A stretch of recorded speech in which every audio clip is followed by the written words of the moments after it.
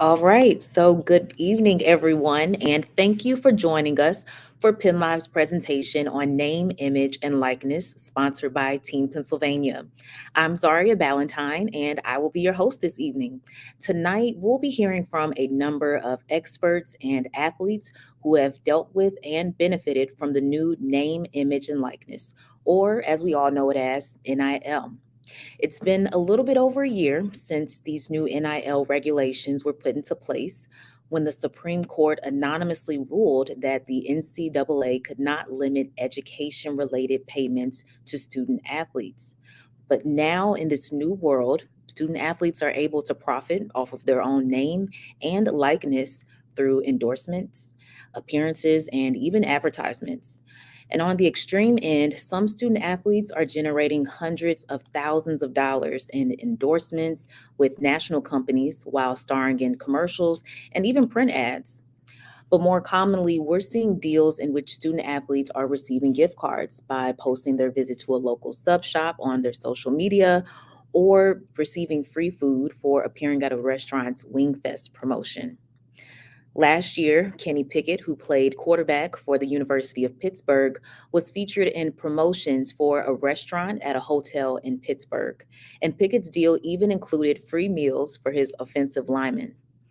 At Penn State's 2021 Blue White game, dozens of Penn State athletes were compensated to sign autographs and chat with fans through the school's Success with Honor collective. My alma mater, Jackson State University, quarterback Shador Sanders, he has numerous NIL deals in his pocket, one of them being with the Mercedes Benz Company and also with Tom Brady Apparel. So these are just a few examples, but proof that many student athletes are beginning to partner with agents and their schools' collectives to help find the best deal for them. And it's crazy to think that this was something that was considered a foreign concept to all of us just a few years ago, and it's now a reality. And the idea of NIL may be reaching student athletes in Pennsylvania even sooner, as the PIAA proposed a name, image, and likeness policy for high school athletes back in the summer. So it's required to pass three separate rounds of voting to be put into place. And so far, one round is complete. So, if you are a family member who may know of a talented student athlete, or if you're a parent, or if you're a student athlete watching right now, we understand that it's important for you to know everything about these new NIL regulations.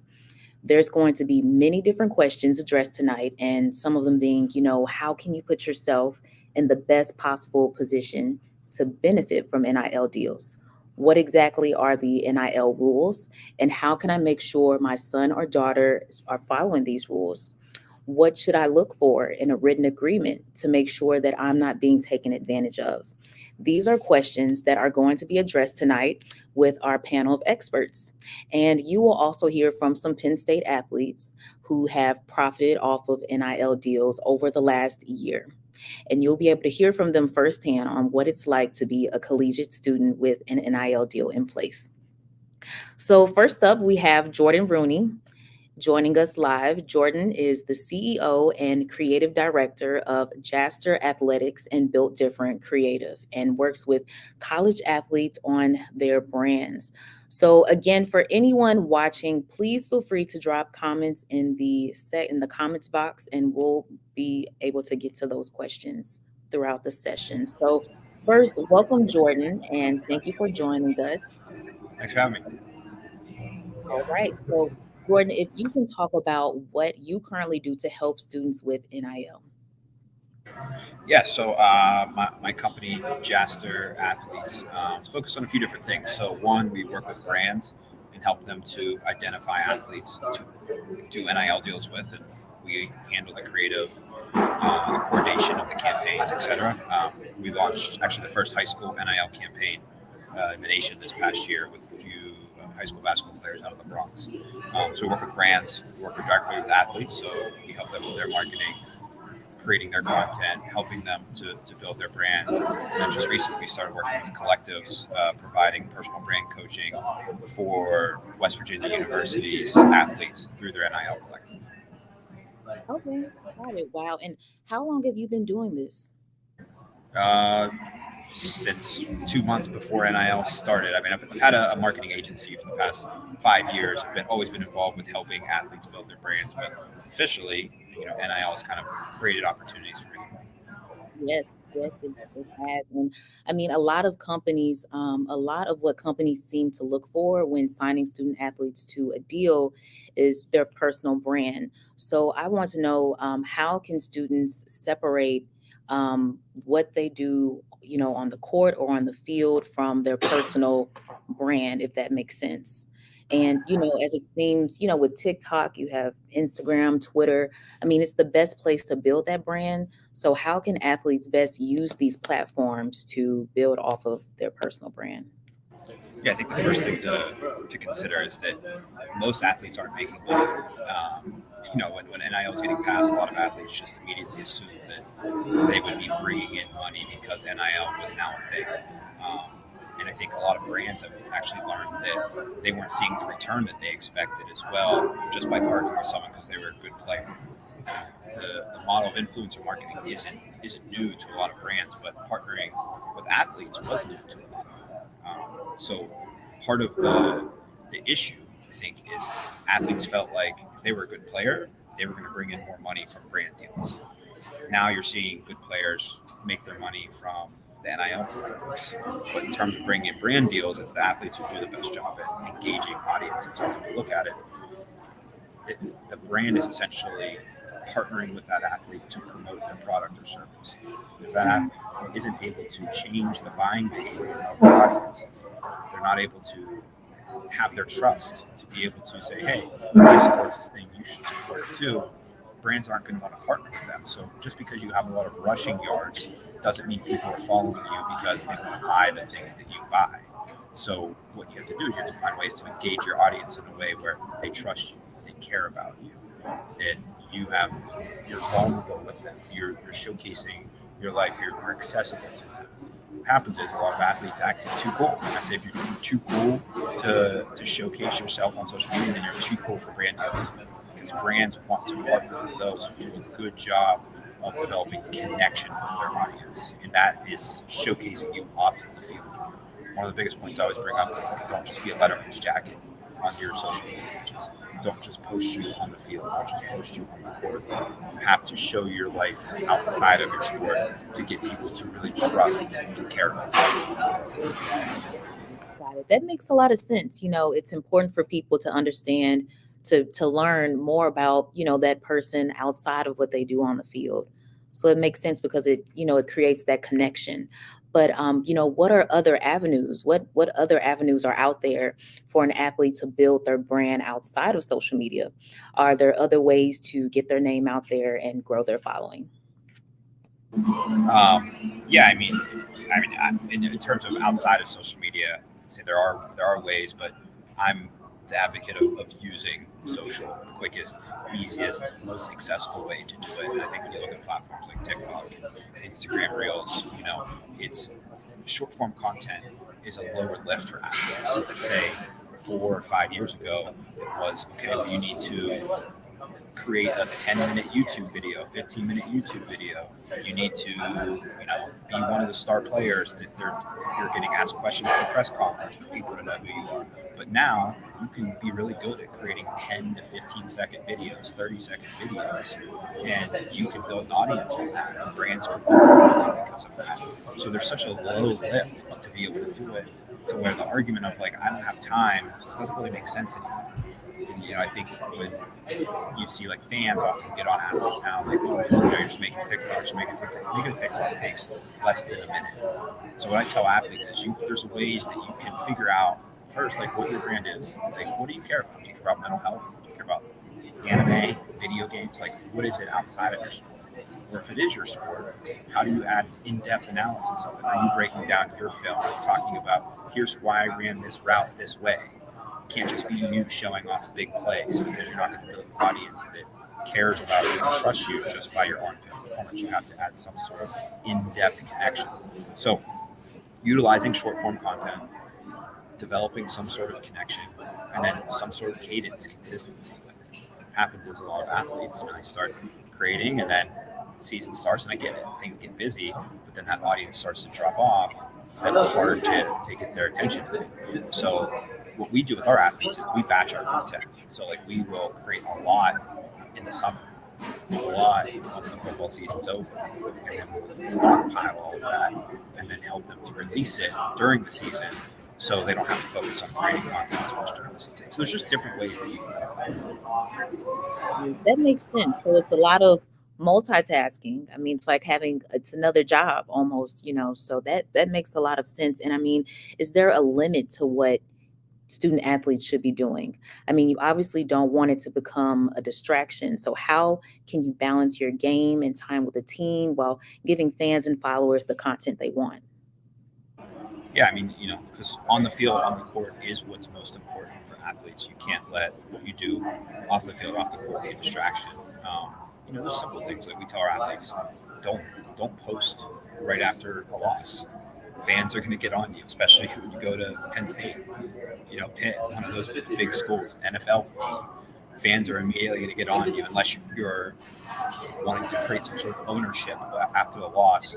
You like even brand deals. We tell our athletes like don't post a brand deal right after you lose a game. We tell a brand, hey, we're going to wait a few days for things to die down a little bit. So you still have to, from the fan perspective, and your teammates' perspective as well, create the narrative that this is your main thing is what you do on the field, on the court. All of this is secondary, but it helps to support you in other ways, but it's never going to be a distraction. Okay. And I mean, in relation to growing your personal brand, how can you use that platform of being a student athlete to grow your personal brand? I think especially when you are an athlete, um, athletes are the ultimate influencer in a lot of ways, right? Like that's how most people get to be popular is because they are an athlete. So when you look at just a non-athlete who's looking to build a brand, you're starting behind because you need people to know who you are. So if people already know who you are because you play a sport and you're good at that sport, that means they're more likely to click follow when they see your content. If you're someone they've never heard of before, they're less likely to click follow on the screen. So you already have a head start if you are an athlete, a well-known athlete. Okay, that makes sense. And thank you, Jordan. I mean, is there anything else you would like to include for our audience? Yeah, I was just say, one of my biggest points I always bring up to athletes is it doesn't need to be about money. It can be about now you're incentivized to want to build connection with powerful people. I tell our athletes, get on LinkedIn, look up the richest alums that went to your college and send them a LinkedIn invite. Ask them to lunch.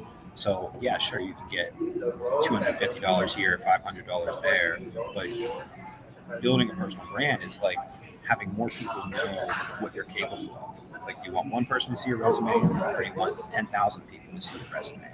So your outcomes with your brand shouldn't be likes and comments. It should be how many quality connections can I build?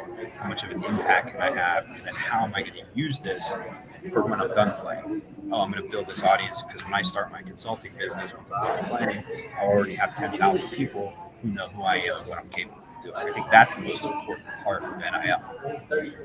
Got it. That makes a lot of sense. How can you build that impact, not just that following, but what are you going to do with it to after sports. So yeah, I really like that. But thank you so much, Jordan, for joining us, and we are going to go to our commercial. So at this time, I would like to take a moment again to thank our sponsor, Team Pennsylvania, for making this event happen. Greg Cavoli, owner of the organization, has recorded a message for us, and he wants us to check it out. So let's take a look. Of Team Pennsylvania.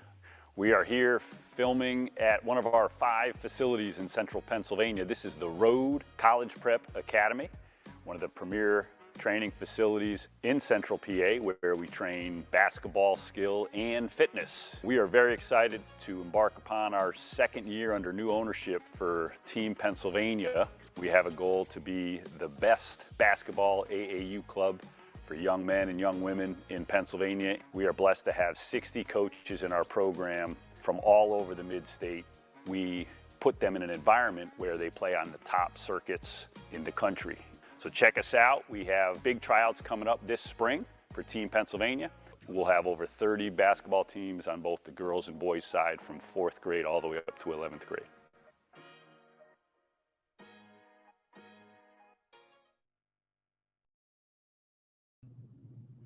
All right, so our next guest is Jason Belzer. So Jason is the co-founder and CEO of Student Athlete NIL, which is an agency of record that specializes in assisting brands, universities, and student athletes navigate the new era of name, image, and likeness. Jason's company manages more than a dozen of NIL collectives at universities across the country, including Penn State's Success with Honor. He's been in this business for 17 years, and I recently learned that Jason is also a former student athlete himself. He played football at Rutgers University.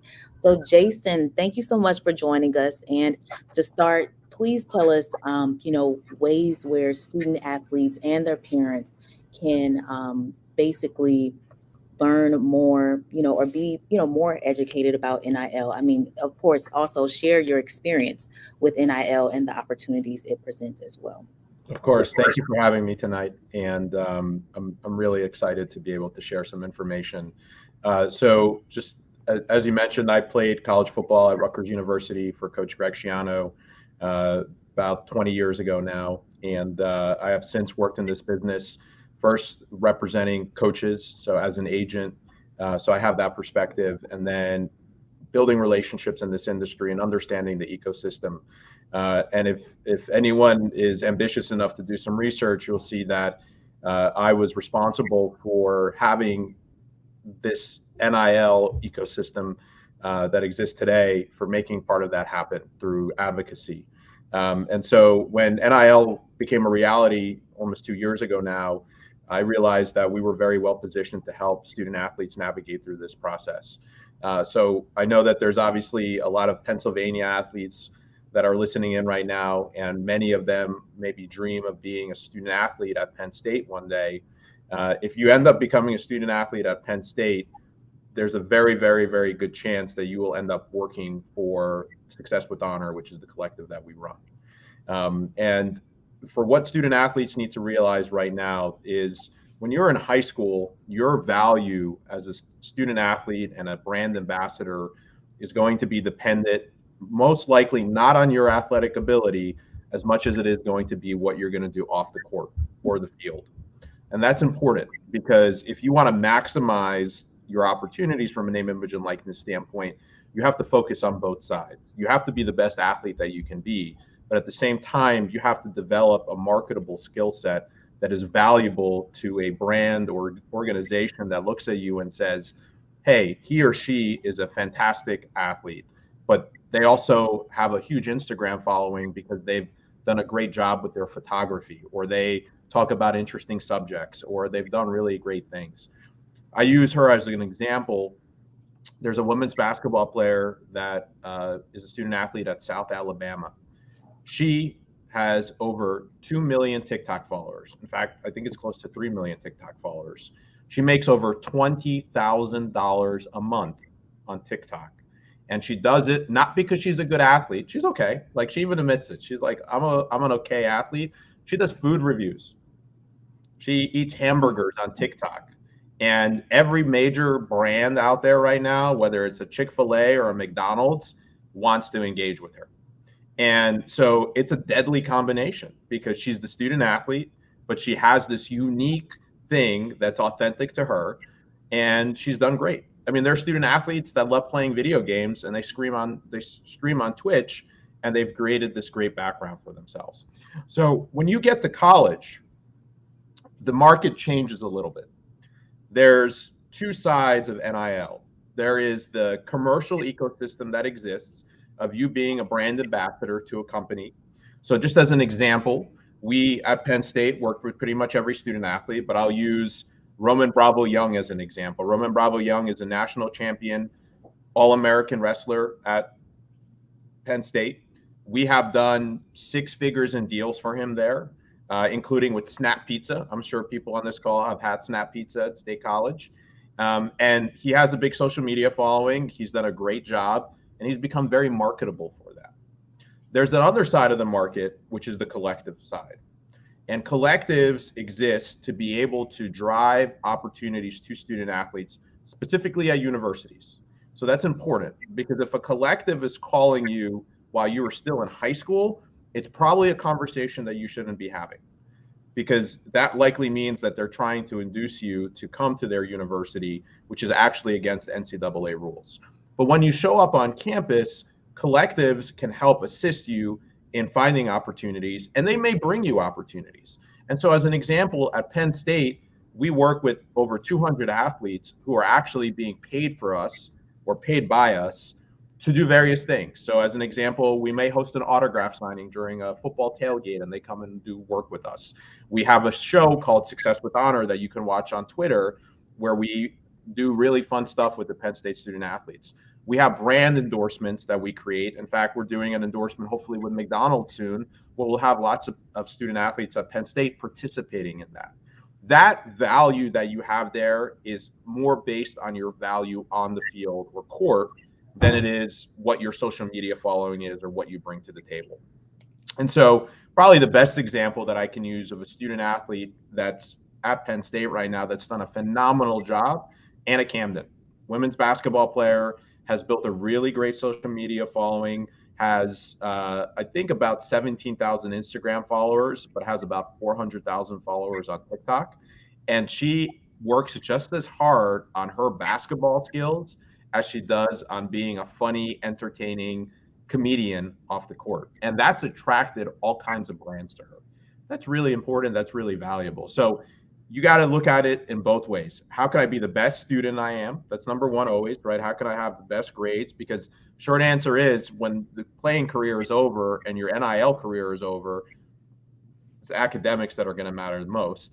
How can I be the best athlete? And then how can I be the best value commodity off the court, off the field, in whatever I may be bringing as a unique skill set to drive eyeballs? Because you're a product, right? You are an entertainer, you're an influencer, you are driving product, just like a movie star. There's a reason why Tom Cruise gets paid $20 million to star in a movie, because people go to the theater because they want to see Tom Cruise. They know if Tom Cruise is in a movie, it's probably a good movie. And so that's the same thing when a McDonald's or a Coca-Cola or a Nike wants to work with an athlete, whether it's a pro athlete or a student athlete. They want to have as much of a assurance that that athlete is going to do something to drive business their way as they can possibly get. That's the equation. It's that simple. If you're an all-star in the NBA or the NFL, you're probably going to get a deal with Nike or Adidas or Under Armour. If you're the third guy on the bench, not so interesting for them. But what's interesting is you can still be the third guy or girl on the bench and still have something of value to an endorsement party, and that is what you're doing off the field that's driving interest in that type of opportunity. Got it. Got it. Wow. And I mean, so where for student athletes who, may have, that potential to connect with the NIL, what should be the first step for an athlete? So the first step would be to educate yourself. And where I would look at what the best influencers are doing on social media. Think about what you're passionate about outside of sports. So I used that example earlier of a student athlete who loves food, and she parlayed that into creating this social media following. And this is kind of a general, when people come and ask, hey, Jason, I want a job, I want to work in sports, and they're sitting in an interview and I say, what are you passionate about? Don't tell me you're passionate about sports, because I know you're passionate about sports. You wouldn't be sitting there if it wasn't for that. Don't tell me that you love football. I know you're a football player, right? Like you play high school football. I get that. What else are you interested in? Are you interested in history, in science? What do you want to do when you grow up? That's where you potentially start to lay the groundwork for being able to create opportunities. I'll just give you a great example. There's a healthcare network in Pennsylvania called Geisinger. Everybody probably has heard that name.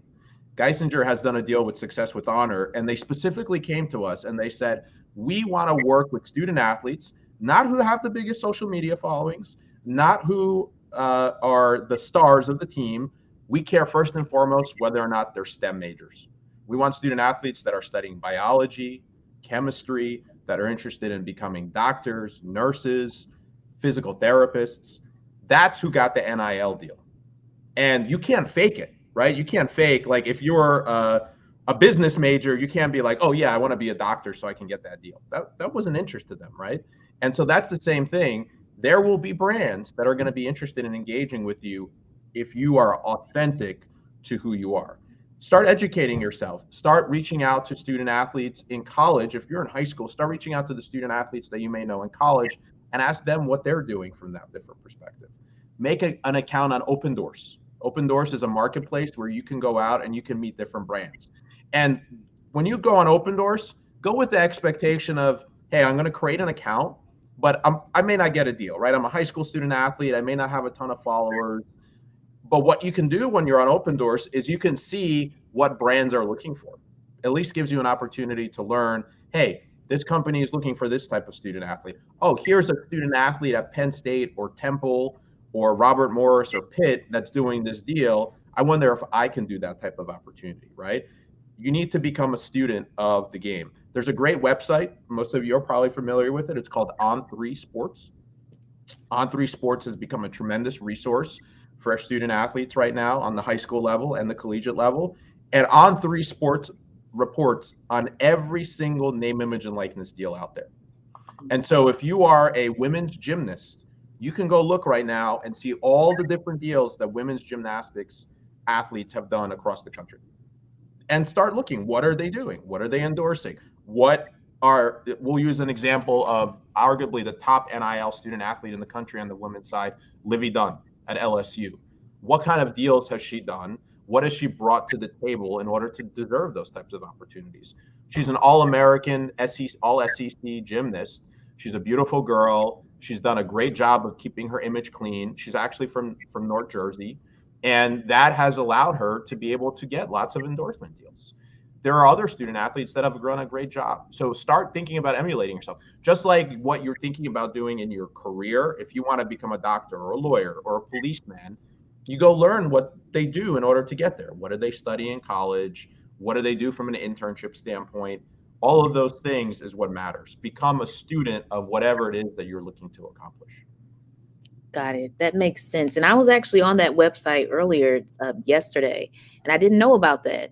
But I like how it really breaks down, the top players, the top, well, males and females in NIL. So that was interesting. And for basketball and football, they will allow, and this is going to happen over the next year or so, but they will essentially allow every athlete, and I think it might actually be other sports too, to essentially claim their profile and live on that site. So every athlete, every high school athlete in the country will be able to go on, have their profile, and their sort of algorithm will be able to say, hey, this student athlete, based on their social media followings, based on their ranking in terms of their performance as an athlete, this is what their value is.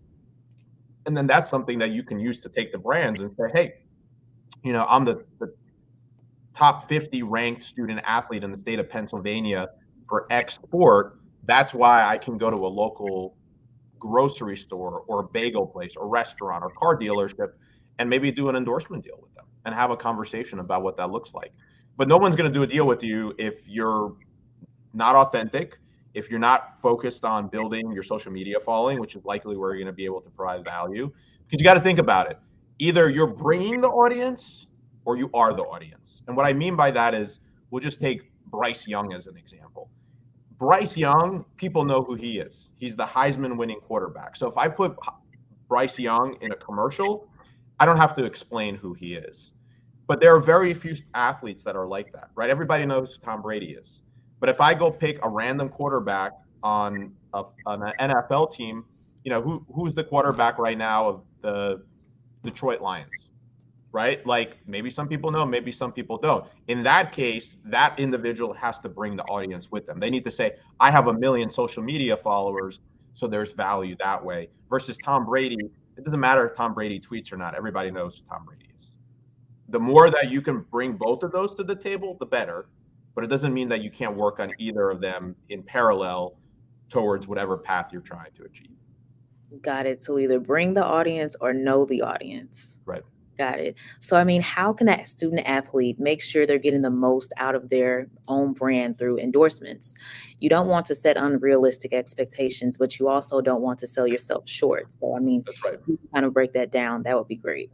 Yeah, so the reality is that the vast majority of student athletes on the college level are doing deals. Most student athletes are maybe, if they're lucky, making five figures right now. They're making a few $1,000s.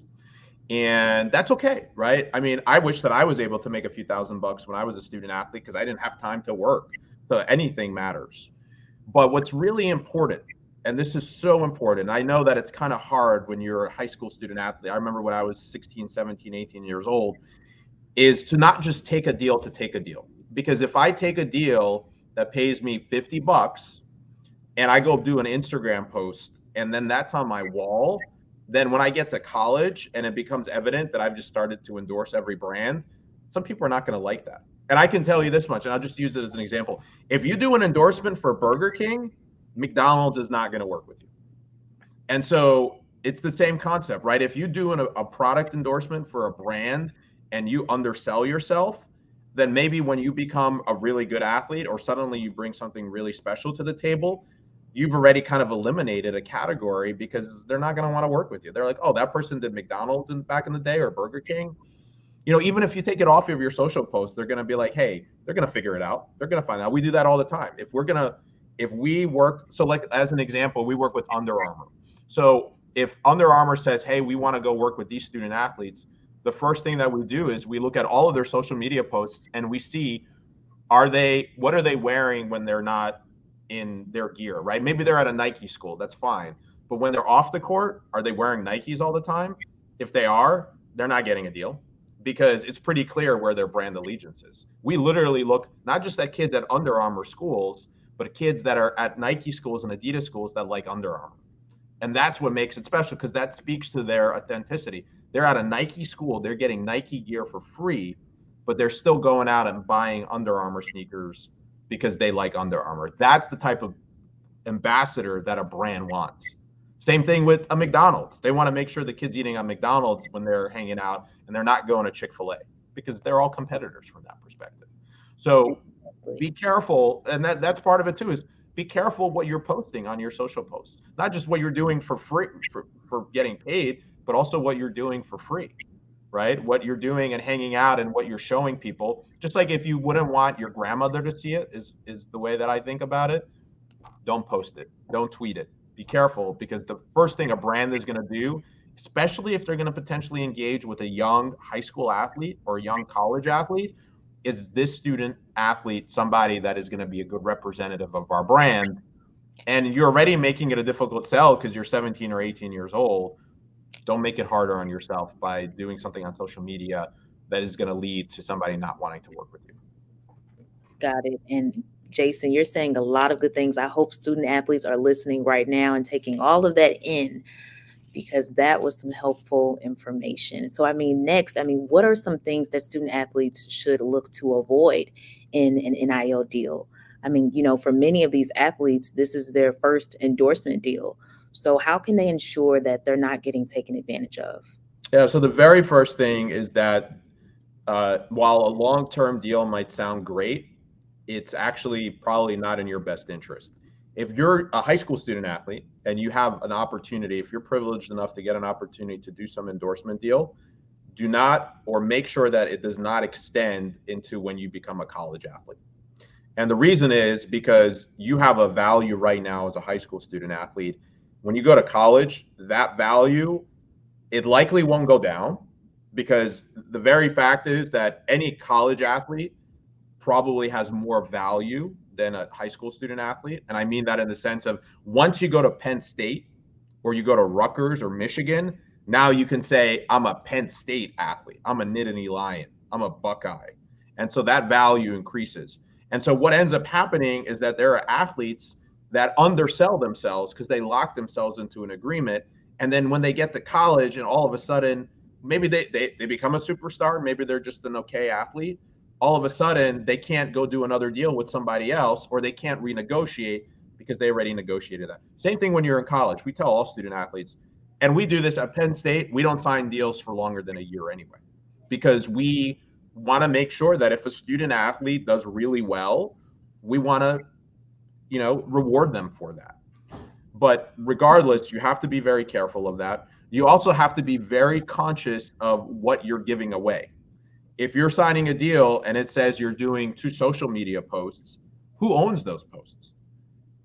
Does the company that you're doing the social post for own them, or do you own them? You should always make sure that you retain your NIL rights, and you should always make sure that you are not doing anything that is exclusive, that you're not giving your rights away to anybody. And quite frankly, my advice across the board, this is probably the most important thing that I will tell you. And I guarantee that there are athletes on here that are going to be like, really? And they're probably still not going to listen to me. If you're in high school, you do not have to hire an agent. You do not need an agent. The only way you need an agent is when you get to college and you become such a big commodity. And you're going to ask me, how do you know when you're a commodity? You're going to know. If you're a starter on the Penn State football team, if your name is Sean Clifford or Nick Singleton or Saquon Barkley, you know that you maybe need an agent. When you come to Penn State, you're going to probably end up doing work with us. We have plenty of student athletes at Penn State who have agents. When I say I'm doing an autograph signing and I want you to come, I'm going to offer you $500. It's not negotiable. If you have an agent, you're going to give them $100 because you signed a deal where they're just going to take your money. The reality is that most high school athletes, 99.999%, and probably 95% of college athletes don't need agents to represent them. You can find the deals yourself. You can go on Open Doors. You can go on Icon Source. You can go on Mogul. You can go to college, and when you go to college, you're going to be able to work with your collectives. Think about, before you start cutting people in, you can always have a lawyer read your contract. That's fine. But you're going to pay the lawyer an hourly fee. You're not going to give them a huge percentage of something that they're probably not going to really bring much value to the table outside being able to actually just read and review the contract on your behalf. Got it. Wow. So no long-term deals. You said do not do anything specifically that's exclusive, right? Yes, that's right. Don't ever do anything that is an exclusive deal, especially when you're young. If you get to college and somebody says, I'm going to pay you $50,000, then you can have a conversation. But if you're going to do an exclusive deal and you're going to get paid $1,000, why would you do that? If you might end up getting to college and all of a sudden you become a superstar, and and we'll just take this as an example. Imagine if a local restaurant says, hey, I want to do an exclusive deal with you. You can't do any endorsements for the next 4 years with any other restaurant company, and I'm going to pay you $1,000. It may sound like a great idea, but if you're going to become a college athlete and you come to Penn State, and then Jason says, hey, are you interested in doing a McDonald's deal? I'm going to pay you $10,000. What are you going to say to me? Oh, I signed this deal back when I was in high school to endorse this local restaurant, and I can't do it. Well, right. If you're going to sign your rights away, sure as heck, make sure that you're going to get paid for it. And I can pretty much tell you that there are no high school athletes that have made enough money to justify signing. You hear it like a Mikey Williams, he signed with Puma. They probably paid him a hell of a lot of money for that. But literally, I can probably count on my hand how many high school student athletes have signed deals worthy of being exclusive. Chances are you're probably not there right now. Got it. So, and also you said no agent, so no need to have an agent. No. Remember, an agent, and this is coming from somebody that has represented some of the biggest coaches in college basketball and football over the last 20 years. An agent gets paid on commission. If you are a student athlete, let's just pretend that you are of either a really high caliber high school athlete or a decent level college athlete. If an average student athlete is only making $5,000 a year, maybe a little bit more, even if they're making, let's just pretend you're going to make $20,000 a year in endorsements. What is an agent going to get from that? They're going to get paid 15%. Maybe they're going to charge you 20%. So they're going to make $2,000 to $4,000 a year from you. Can somebody live on $2,000 to $4,000? The reality is that the elite agencies only represent the elite athletes, where they pretty much are sure that those student athletes are going to become professional athletes, whether they're going to be an NBA or an NFL player, whether they're going to become an Olympic. And then there's a million other people that are going to go to you and they're going to say, I'm going to make you all this money. And, I represent all these people. And the reality is that they don't have relationships. And what they're going to end up doing is tying themselves to you. And then basically you're just going to end up paying them for not doing a whole lot of work. If you want to work with an agent, and this is the sort of an exception. If you want to work with an agent, then what you say is you sign a contract that says, I will only pay you for deals that you bring to me. If I find the deal by myself, like I go on Open Doors and somebody contacts me, or Jason at Success with Honor calls and says, I have a deal with you, you don't get a piece of that. But if, hey, you bring me something, you eat what you kill, then that's fine, right? Then, because I have 0% of nothing, right? I'd rather have 80% of something. So I'll give you the 20%. But don't take the $100 from my $500 when Jason asked me to do an autograph signing at a Penn State football game, because you didn't negotiate that, and that's not fair. But most agents are not going to want to do that. They're going to want to sign you, and they're going to say you're an exclusive, and any deal that you do with anybody, I'm going to get a piece of, even if I negotiate. Doesn't sound like a good deal to me. No. Well, got it. Well, thank you, Jason. And just thank you for sharing your knowledge on NIL. And is there anything else you would like to include as well, just to wrap things up? No, I mean, what I would say is that I'll give everybody my email address. It's just Jason at studentathletenil.com, studentathletenil.com, Jason at studentathletenil.com. If you have any questions, if you want to reach out to me, if you're a parent, feel free to do so. Like I said, if you are a Pennsylvania student athlete, you come to Penn State. If you come to Penn State or Rutgers or most other big schools, you're probably going to end up working with us. We also run the NIL Summit, which is at the College Football Hall of Fame in June. And again, wherever you go, you may end up going there. So you're probably going to end up doing work with us, or you're going to end up doing work for one of the brands that we represent. So if you have any questions, feel free to reach out. We're always open to having conversations. We want to help student athletes. And it's exciting. I wish that this was an opportunity that I had when I was in high school and college.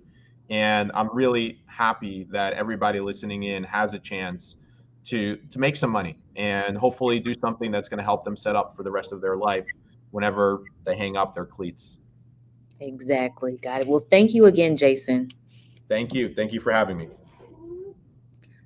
Our last speaker we have is someone who has firsthand experience with dealing with NIL as a student athlete.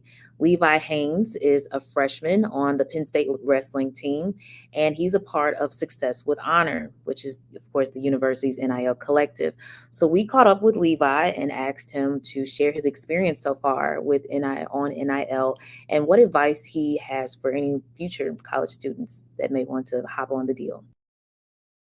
NIL this year was over the summer. We had a meeting. They came in, talked to some sports teams about it. I learned a lot more about it, and I saw like the benefits of it, and that kind of sparked my interest in it. And then from there, I actually had Success with Honor reach out to me about my first NIL deal, and that's kind of how I got into the NIL side of things. It was very simple. They reached out to me like, get it approved through the Spry app, super easy, accommodating. They really walked me through it, so it can be kind of confusing, but the Success with Honor does a great job helping athletes through that, and it's been a very positive experience so far. It's not like they're asking a whole lot from you, and they take care of you, so it's been a very positive experience. They're just kind of helping athletes get ahead, whether that's using the money that they give you through Success with Honor or the NIL deals to help pay for the rest of your tuition, or just kind of giving you that extra bit of money to help get food and things. I think is a great way to use it. And so the university is just become open to it, and I think it's a great way for athletes to kind of build their brand and continue to grow as an athlete.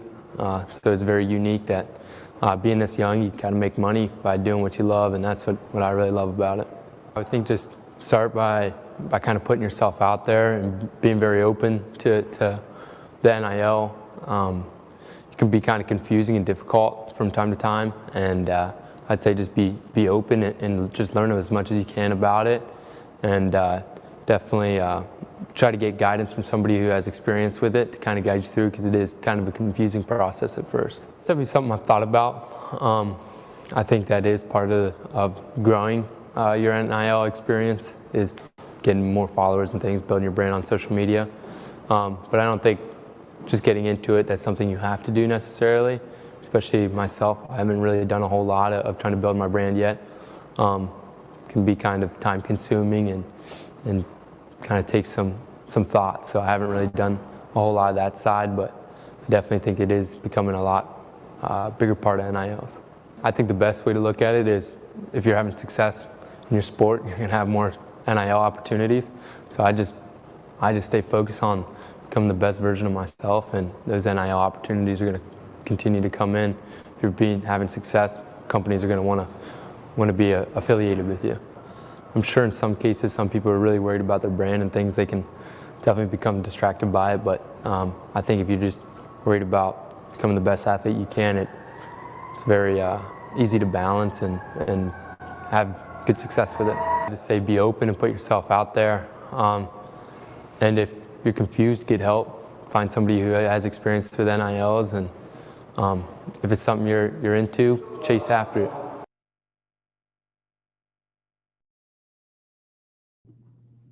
All right. Thank you to all of our guests we had this evening. Thank you to Jordan Rooney, Jason Belzer, Levi Haynes, and thank you again to our sponsor this evening, Team Pennsylvania and Greg Cavoli. So, of course, NIL I believe it's not going anywhere. And as you get ready to enter the world of NIL, you can never get enough information to ensure that you're putting yourself in the best possible position. What exactly the future holds for NIL is unclear. But again, it's not going away, and it's going to grow in the landscape of college sports. For some athletes, it can mean a nice side project or a way to prepare for the professional world that comes after college. And for others, it can bring in a sizable income that can pay off their college tuition and even other different things. But whatever NIL holds, your future, hopefully, this segment will help you get the most out of it. Please be sure to check out PennLive.com for more on NIL and updates as it grows in college and high school sports. And don't miss out on our great coverage from high school sports and Penn State athletics. Thanks for watching.